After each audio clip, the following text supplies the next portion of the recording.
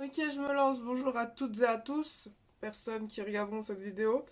Donc c'est ma première vidéo sur cette chaîne que j'ai décidé de lancer parce que je trouvais qu'il y avait beaucoup de choses que les gens ne savaient pas sur les troubles psychologiques qu'on vit au quotidien. Et je me suis dit pourquoi pas informer les gens parce qu'il y a beaucoup de retours qu'on a dans la vie de tous les jours quand on est atteint de ces troubles-là qui peuvent être difficiles à entendre. Et c'est pas une question des personnes qui sont méchantes. Les gens ne sont pas au courant, les gens ne savent pas, les gens ont des mauvaises informations dessus. Quoi qu'il en soit, on va commencer.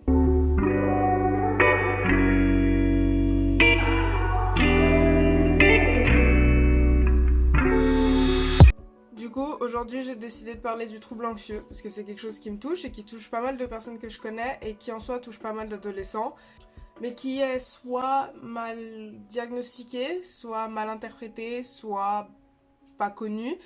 Et souvent le regard que les gens portent dessus est aussi mal informé, ce qui fait que ça fait un retour assez complexe à entendre pour les personnes atteintes de ces troubles-là, parce que c'est pas un trouble facile, et c'est quelque chose de même handicapant dans un certain sens, parce que ça réduit la possibilité de faire beaucoup de choses, mais c'est pas pour tout de suite. On va d'abord commencer avec qu'est-ce que le trouble anxieux. Il faut savoir que le trouble anxieux et l'anxiété sont deux choses différentes. Certes, dans le trouble anxieux, il y a de l'anxiété, c'est l'essence même du trouble, mais c'est quelque chose de différent.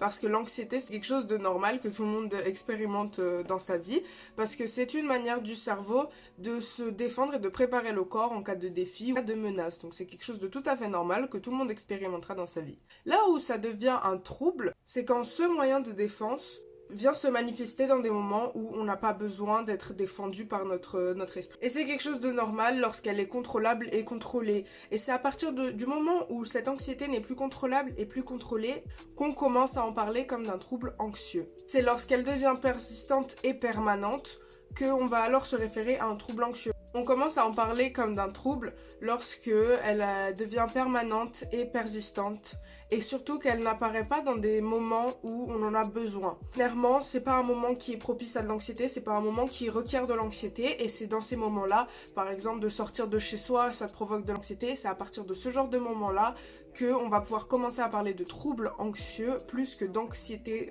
générale. C'est aussi lorsqu'elle devient limitante qu'elle commence à empêcher la personne, l'individu, de faire des choses à cause du fait que cette personne est trop anxieuse pour faire ces choses-là. Donc à partir du moment où ça limite l'individu dans ses sorties, dans ses activités, que ça l'empêche de faire ce qu'il faisait normalement, qu'il faisait naturellement, c'est là où on va commencer à parler de troubles anxieux.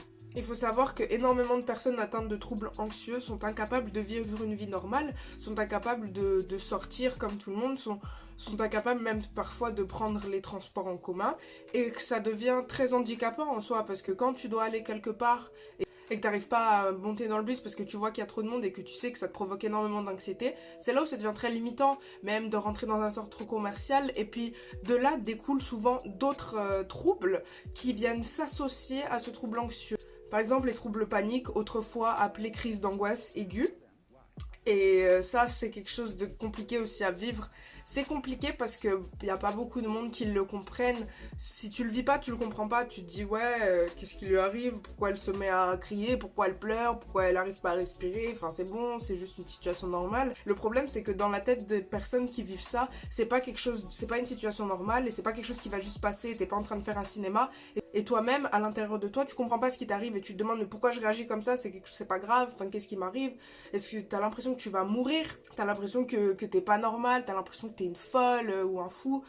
Enfin, c'est assez compliqué et le fait que les gens ne comprennent pas, c'est aussi quelque chose d'assez compliqué et c'est pour ça qu'il faut au maximum expliquer quand on est atteint de ces troubles-là aux personnes qui nous entourent, oui, il m'arrive ça, oui, il m'arrive ça, pour éviter ce genre de situation où la personne est à côté de toi et te regarde et ne sait pas quoi faire. Et tu peux pas en vouloir à des personnes de pas savoir comment réagir par rapport à comment toi tu es parce que si eux ne comprennent pas, ils vont pas savoir comment réagir comme toi, si tu comprends pas une autre situation, tu ne sais pas comment réagir. Il faut aussi savoir que les troubles anxieux sont ingérables. C'est pas quelque chose qu'on peut allumer et éteindre, c'est quelque chose qui survient et on est victime de cette anxiété qui surgit d'un coup ou de cette crise d'angoisse si on a atteint de troubles paniques qui surgit d'un coup ou bien de cette agoraphobie quand on rentre dans un centre et qu'il y a beaucoup trop de monde et qu'on commence à paniquer parce qu'on se dit non mais je vais pas survivre en rentrant là-dedans, il y a beaucoup trop de monde. Les personnes atteintes de ces troubles-là ne réagissent pas toutes pareilles, donc tu peux pas te dire oui mais je connais une personne qui a des troubles anxieux ou des troubles paniques et qui réagit comme ça, pourquoi toi tu réagis pas comme ça, enfin avec cette personne-là ça marchait et tout. Comme tout trouble ou pathologie, ça ne fonctionne pas comme ça, c'est propre à chacun, c'est propre à l'expérience de chacun, c'est propre à comment l'individu va accepter les informations, surtout que ce genre de troubles sont souvent alimentés par les événements passés, présents, les événements qui sont passés dans la vie d'un individu qui a pu le troubler et qui a pu déclencher ces troubles-là.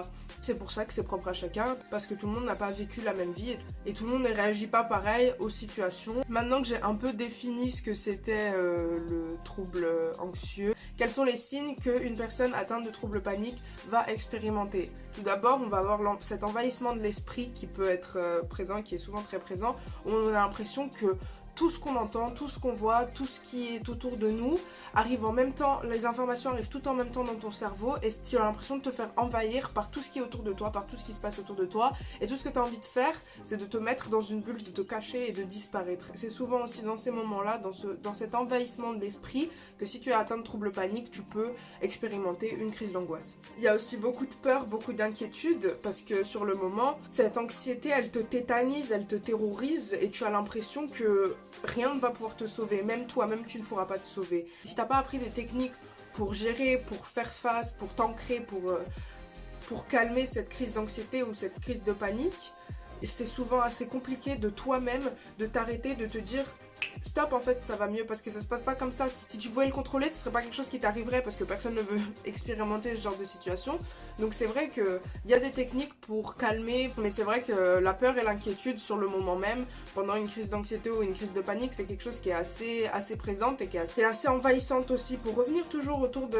Il y a toujours cet envahissement de l'esprit qui est très présent et qui motive un peu toute cette bulle de crise d'anxiété, de panique, de troubles.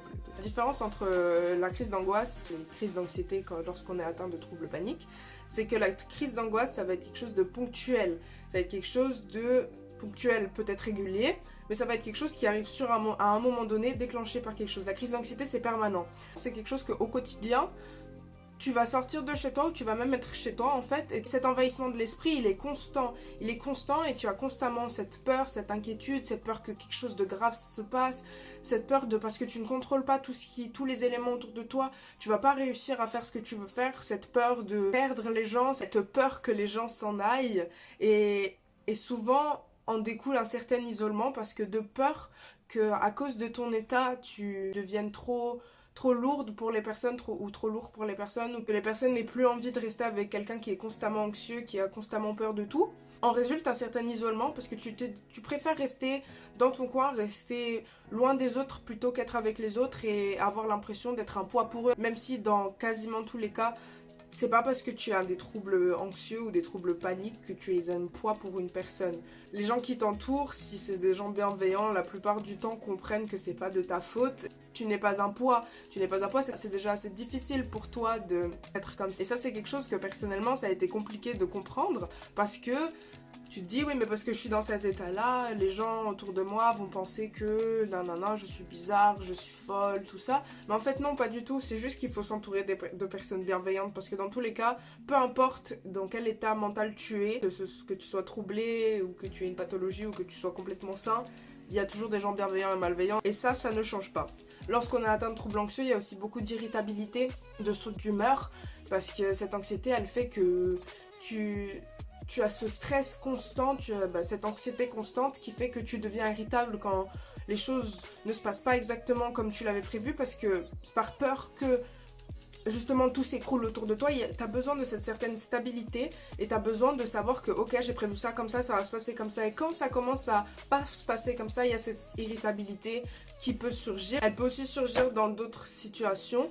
Moi personnellement, là comment je l'explique, c'est aussi avec des exemples de comment je le vis. Donc comme je l'ai dit, c'est propre à chacun. Avec les troubles anxieux vient aussi des troubles du sommeil parce que dû à cette anxiété, tu réfléchis tout le temps, ton esprit est constamment envahi comme j'ai dit tout à l'heure. C'est cet envahissement de l'esprit constant Et donc du coup tu commences souvent à développer des troubles du sommeil, tu n'arrives pas à dormir, tu te réveilles la nuit et tu fais des cauchemars, ce qui résulte une fatigue, tu es constamment fatigué parce que quand tu dors ton sommeil n'est pas reposant, toute la journée tu réfléchis à tout, tellement ça fuse dans ton cerveau, ça t'envahit l'esprit, le soir de nouveau tu dors pas et au final c'est une accumulation de choses et la fatigue entraîne encore plus d'anxiété et c'est une espèce de cercle vicieux dont tu peux sortir quand tu te fais traiter, mais que c'est difficile quand t'es pas au courant que t'as ça et que ça t'arrive, c'est difficile de comprendre tout seul que ça t'arrive. Et c'est un espèce de cercle vicieux dans lequel si tu comprends pas que t'es dans cet état-là, c'est assez difficile de le trouver tout seul et souvent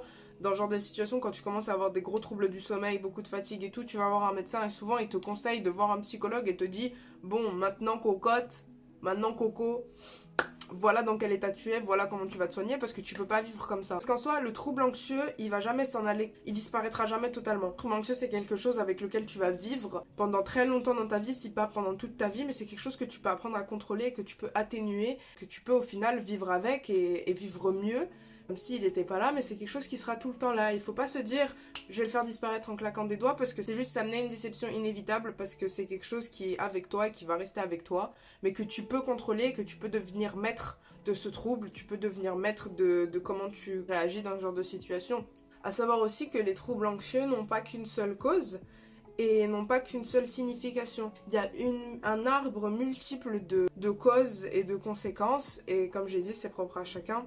Et toujours dans les signes du trouble anxieux, il y a aussi les problèmes physiques qui commencent à s'allier avec, parce que du coup, à cause de toute cette fatigue, toute cette anxiété, la plupart du temps, tu commences à développer d'autres problèmes physiques, et tu as souvent tendance à aller chercher ça chez un médecin pour qu'il te soigne physiquement, et souvent, il trouve jamais rien, il n'y a jamais aucun problème, et tu rentres du coup dans cette anxiété encore plus de te dire j'ai un problème grave et on peut pas le trouver, et tu commences un peu à commencer à psychoter, à te dire oui mais il m'arrive ça, il m'arrive ça, il m'arrive ça, et ça ne fait qu'alimenter cette anxiété alors qu'en fait tes problèmes physiques c'est juste ton corps qui t'alerte, c'est juste la manière de ton cerveau de communiquer avec toi, de te dire j'ai ce problème là en te le faisant comprendre physiquement. Parce que le cerveau et toi, vous ne pouvez pas communiquer, vous n'avez pas un conduit, une lettre qui passe comme ça, oui, allô, j'ai des troubles anxieux.